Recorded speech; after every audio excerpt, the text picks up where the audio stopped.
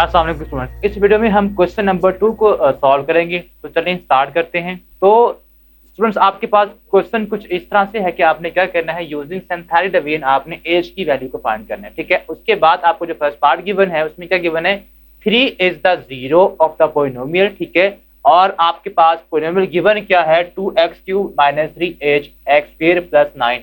ये हमारे पास पोलिनोमियल है, इसके अंदर एक अल्फाबेट कह लें कि एच इन्वॉल्व है, इसकी आपने वैल्यू को फाइंड करना है। उसके बाद हमें गिवन क्या है, 3 is the zero of the polynomial, यानी कि आपके पास जो नंबर 3 है ये इस पोलिनोमियल का जीरो है। जब भी कोई नंबर आप किसी भी पोलिनोमियल का जीरो आपको गिवन हो, इट मींस आपके जब उसको पुट करेंगे तो रिमाइंडर हमेशा जीरो आता है। तो जो भी आपका रिमाइंडर आएगा आपने उसको किसके इक्वल लेना है, उसको आपने इक्वल लेना है जीरो के। तो आपके पास जो अल्फाबेट इन्वॉल्व है एच, उसकी वैल्यू आसानी के साथ आप फाइंड कर लेंगे। तो इसको सॉल्व करते हैं। सबसे पहले आपने जो आपको गिवन पोलिनोमियल है उसको आपने p of x is equal to लिखा है कुछ इस तरह से है, 2x³ - 3h x² + 9, ये लिख लिया। अब आपने यहाँ पे एक चेक लगाना है। अब वो चेक क्या है कि आपके पास जो भी x की पावर है यहाँ मैक्सिमम वो क्या है, यहाँ पे वो 3 है। तो आप इस 3 में अगर 1 ऐड करें तो क्या बनता है 4। क्या आपके पास यहाँ पे 4 टर्म्स हैं?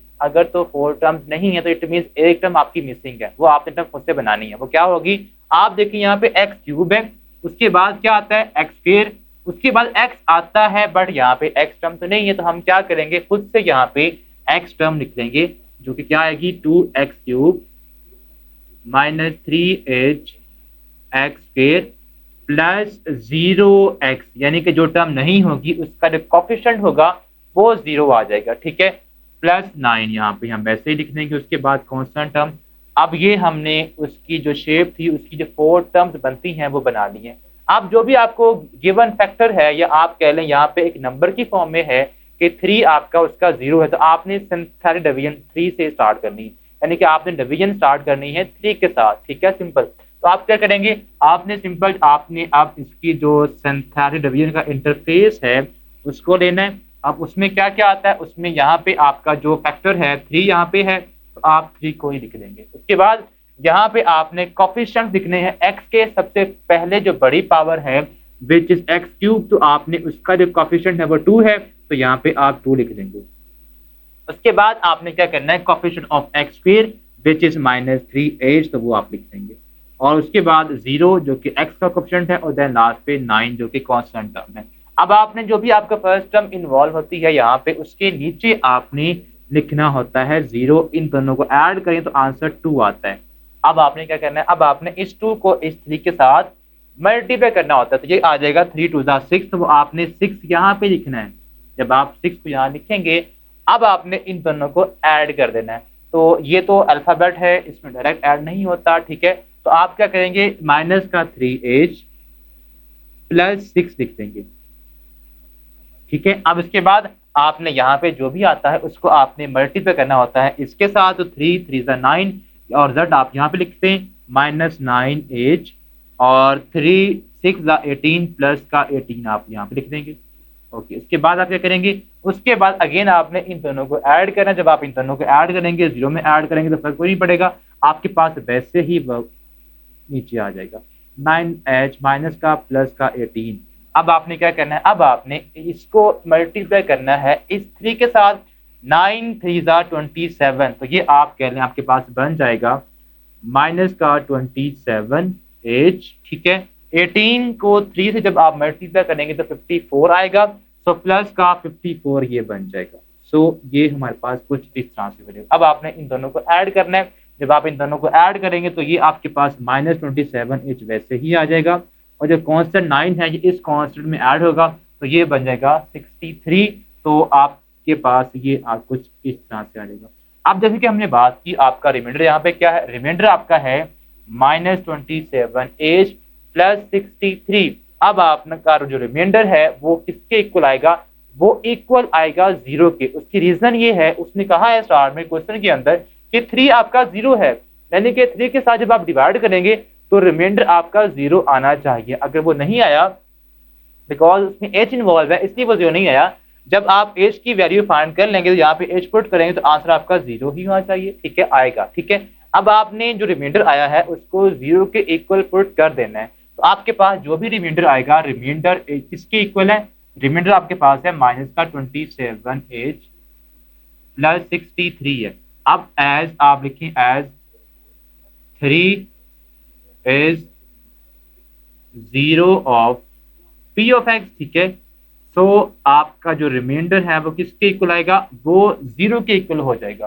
सो आप माइनस आपके पास है 27 x plus 63 is equal to 0। So आप 63 को उधर शिफ्ट कर दें, minus 27 x is equal to minus 63। इस माइनस से ये माइनस क्या हो गया, कैंसिल। अब 27 यहाँ पे एज से मल्टीप्लाई हो रहा है, उधर जाके डिवाइड होगा, तो एज हमारे पास आ जाएगा 63 ओवर 27। इसको आप डिवाइड कर दें 9 पे कर दें डायरेक्टली, 9 3 एंड 9 7। तो एज की जो वैल्यू आ गई है वो क्या आ गई है, एज इज इक्वल टू 7/3। ये हमारे पास एज की वैल्यू आ गई है, ठीक है। यानी कि एज हमने फाइंड करना था, इसकी हमने वैल्यू को फाइंड कर लिया बाय यूजिंग सिंथेटिक डिवीजन। तो ये था आपका क्वेश्चन का फर्स्ट पार्ट। अब इसको जो नेक्स्ट पार्ट है उसको हम सॉल्व करते हैं। तो जी स्टूडेंट्स, अब इसका जो थर्ड पार्ट है उसको हम सॉल्व करने जा रहे हैं। उसमें आपको गिवन क्या है कि आपके पास -1 is the zero of the polynomial. अब आपको जो पोलिनोमियल गिवन है वो किसके इक्वल है, वो इक्वल है 2x³ + 5hx - 23। तो आपने क्या करना है, आपने सबसे पहले p ऑफ x किसके इक्वल आ जाएगा, जो कि आपको गिवन है पोलिनोमियल 2x³ + 5hx - 23 आपके पास आ जाएगा। अब आपने क्या करना है, अब आपने यहाँ पे चेक लगाना है क्या आपके पास जो x की पावर है उससे 1 ज्यादा क्या टर्म मौजूद है। x की पावर यहाँ पे 3 है, तो 3 में 1 ऐड करें 4 आता है क्या, 4 यहाँ पे टर्म्स है, यहाँ पे तो नहीं है, तो आपके पास एक टर्म मिसिंग है। अब वो टर्म मिसिंग कौन सी है, यहाँ पे x³ है, उसके बाद x पावर 1 आ गई है, तो x² टर्म जो है वो मिसिंग है। तो आपने क्या करना है, वो जो मिसिंग टर्म है उसको लिखना है, ठीक है। 2x³ + 0 टाइम्स x² आ जाएगा, ठीक है, प्लस 5, उसके बाद वैसे का वैसे ही 5hx माइनस का 23। अब ये आपके पास टोटल 4 टर्म जो रिक्वायर्ड थी हमें वो हमने बना ली है। अब इसके बाद जो भी आपको 0 गिवन है -1, उसके साथ आपने इसको डिवाइड करना है, but by using synthetic division. तो वो आपके पास क्या बनेगी, आपने कुछ इस तरह से इंटरफेस बनाने के बाद यहाँ पे आप लिखेंगे -1, इसके साथ आपने इसको डिवाइड करना है। अब यहाँ पे कोफिशिएंट्स आएंगे जो x के हैं, ठीक है। अब पहला जो आपका लीडिंग कोफिशिएंट है वो क्या है, वो 2 है, तो आपने यहाँ पे 2 को लिखना है। उसके बाद यहाँ पे नेक्स्ट x के का जो कोफिशिएंट है वो 0 है, तो यहाँ पे हम लिखेंगे 0, उसके बाद 5h और देन -23 आ जाएगा, कुछ इस तरह से।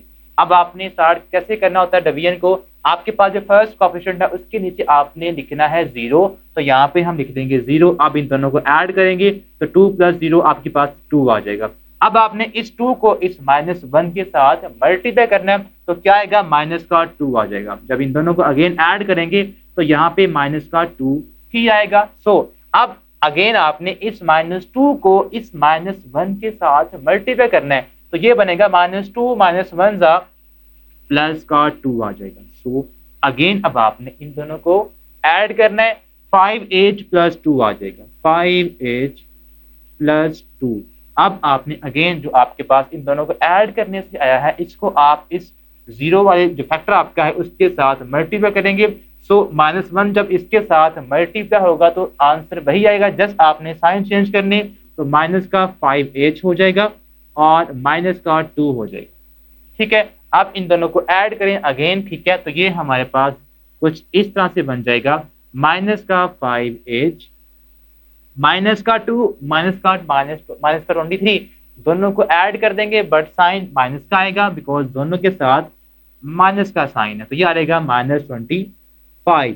अब अगेन फर्स्ट पार्ट की तरह आपका जो रिमाइंडर आया है वो 0 होगा। उसकी रीजन ये है कि आपका जो -1 था जिसके साथ हमने डिवाइड किया है वो 0 है इस पोलिनोमियल का। जब भी आप किसी पोलिनोमियल के 0 के साथ किसी भी नंबर को डिवाइड करें तो ये आप कह लें कि जीरो फैक्टर थ्योरम आपका है कि जब आप उसको डिवाइड करेंगे तो आपके पास जो रिमाइंडर है वो 0 ही आएगा, ठीक है। आपका ये चैप्टर 5 है जिसमें आपने ये आप करें थ्योरम जिसमें आपने अप्लाई किया था। तो आपके पास जो भी रिमाइंडर आया है आपने इसको इक्वल कर देना है 0 के। So reminder is equal to -5h minus का 25, ठीक है। एज आप लिखें as -1 is the zero of the polynomial, as -1 is the zero of p of x आप सिंपल लिखते हैं, ठीक है, of p of x। So reminder is equal to 0, यानी कि जो आपका रिमाइंडर होगा वो 0 के इक्वल आ जाएगा। तो आपका जो भी यहाँ पे रिमाइंडर है जो आया है उसको आप 0 के इक्वल सपोज कर लेंगे, ठीक है, इक्वल कर देंगे। तो ये आपके पास कुछ इस तरह से हो जाएगा। अब यहाँ पे माइनस का 5h -25, अब आप इस -25 को वहां शिफ्ट कर देंगे तो इसका साइन प्लस का हो जाएगा। सो -5h इज इक्वल टू 25। अब -5 को डिवाइड कर दें तो एज आपके पास आ जाएगा 25 over -5, it becomes x is equal to -5। So x की जो वैल्यू हमें रिक्वायर्ड थी वो क्या आ गई है, वो -5 आ चुकी है। तो ये था स्टूडेंट्स हमारा क्वेश्चन नंबर 2, ठीक है, जिसको हमने ब्रीफली सॉल्व कर लिया। उम्मीद करता हूँ कि आपको इसकी अंडरस्टैंडिंग अच्छी तरह से होगी। अब हम नेक्स्ट वीडियो में क्वेश्चन नंबर 3 स्टार्ट करेंगे। तब तक के लिए